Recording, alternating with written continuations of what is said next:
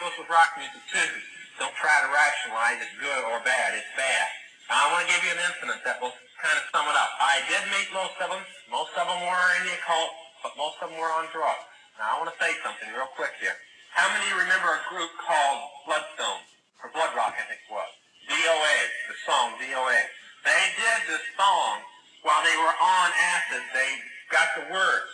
I talked to the guy, he said, demon. Well, he didn't call it a demon, he called it the spirit of this girl that he knew that had died in the car accident. It was a demon impersonating the girl.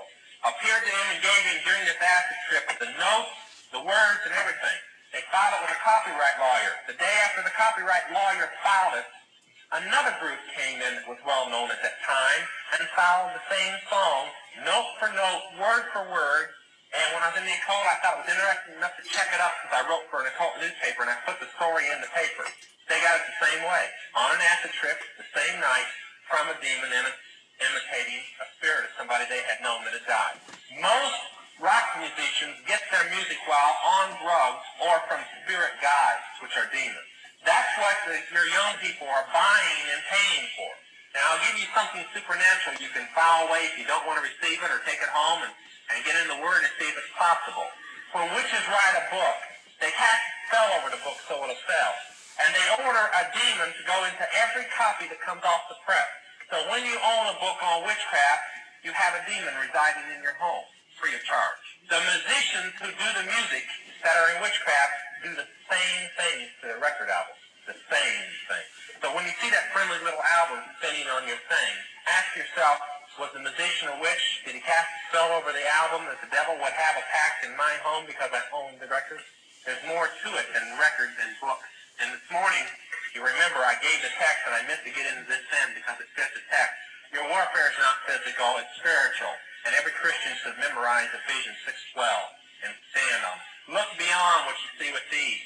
And look and know that the devil has got, thousands and thousands of years of experience.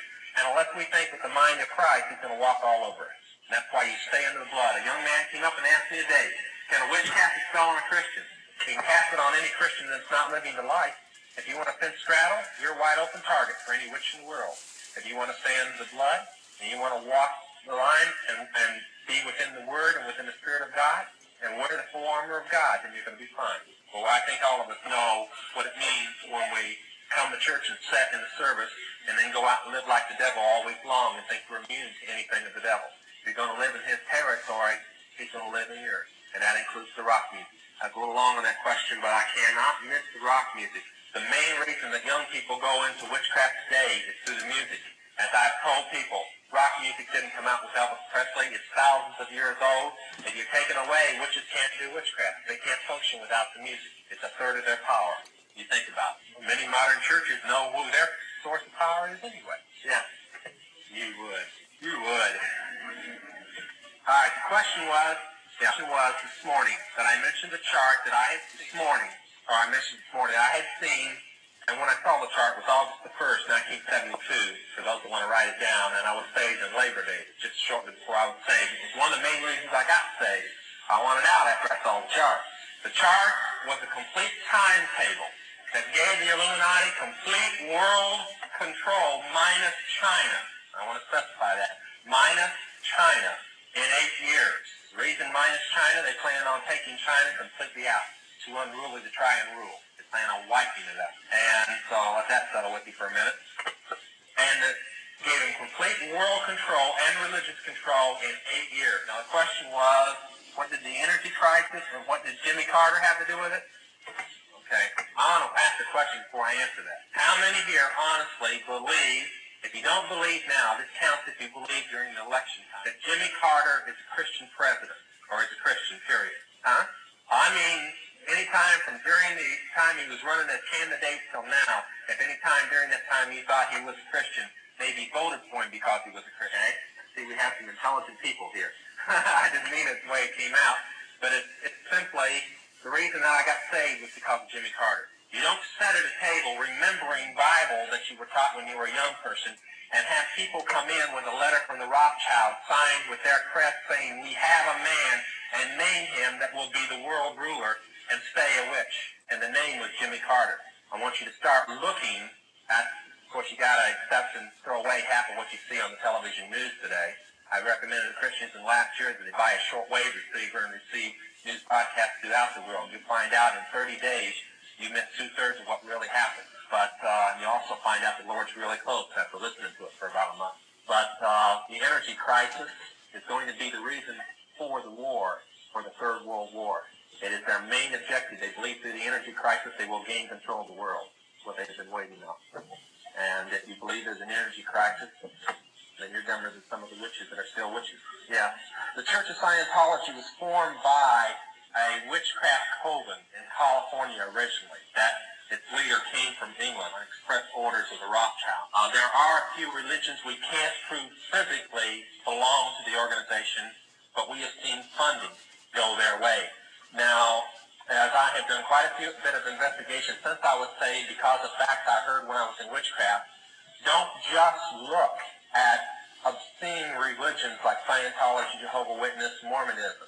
Look at even Christian churches within Bible-believing denominations. There was a couple, quote, Jesus people, garbage churches, that began a few years ago in L.A., Costa Mesa, and so on. They had a few hundred kids. All of a sudden, the pastors move in a $500,000 home, and the churches are taking their offering down in armored cars. Now, where did they get the funds to buy a $2 million building overnight? They were preaching gospel. Now they're preaching trash. One of them is responsible for the so-called Jesus rock that has ruined half of the good Christian young people today. Now, I never speak against anything unless I go check it out. And I went down to Costa Mesa and I saw something that bordered witchcraft on their open concert night at Calvary Chapel on Saturday night. There were people shoving and beating on each other just to get a seat in that place. And they turned hundreds away. Nothing was mentioned about Jesus, and a homosexual was leading the service. And you had to have been blind not to see it.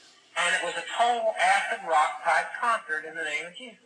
Now that's the same group that puts out all your love song albums and all this stuff that people listen to. So I try to warn as I go along things that we have found out. It's up to Christians.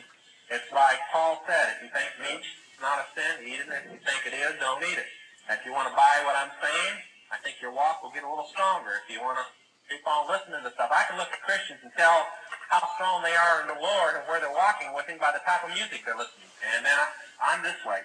If I find something in my life that I don't want to give up, I'll usually give it up. Because, it's that simple. When you don't want to give something up, the devil's usually trying to get you to hang on to it. Do I subscribe to Oral Roberts being a member of witchcraft? Oral Roberts, if you'll check into it, used to, and this is fact, it's fact you can find in books, before he ever considered laying hands on the sick, that they would recover, a Cherokee medium told him that he could do it. And he used to attend her seances regularly, okay? What he is now, I can't say. I only know the fact of what he was. I was once a witch, so, he could be a Christian. I don't know. I have no idea. I know that he's gotten out of more of the Pentecostal charismatic and become more scriptural based on the Bible than on feeling now than he used to be. And I've known many ministers that were once witchcraft ministers under the guise of Christians that have just changed mid-river and became Christians. But they, rather than ruin their ministry, they've never told anybody. And there are a few that I know that used to be on the payroll of the Illuminati that are now Christians. So I don't know. Yes. No. All right, question is, can a demon possess a Christian? No. Can a demon influence a Christian? Yes. Yes. I was saved, born again, 2 weeks, and trying desperately to make it before the other ministers in the Baptist church I was at decided that I was never going to make it unless they got what I had invited in me in witchcraft out of me, because it was still there. It had lost control. Before, I couldn't do anything it didn't want me to do. But from the time I accepted Jesus, that broke the control. But it had influence in my life still that had to go. And for those that have been on drugs and those that have been in the occult, and there have been a few that come up and told me so, they'll probably bear witness that they have. This is what I was talking about earlier, the withdrawal. A lot of it meant when I went through the occult withdrawal, which is worse than drug withdrawal. It is tremendously worse. A person that has come out of witchcraft, that has been in it strongly, and demon worship in particular, can be 1 minute just sitting there really talking about the Lord, quoting scripture, and the next minute knocking anybody down between you and the door. I've seen them claw off the wall with their bare fingers trying to crawl out of the room they were going through withdrawal in.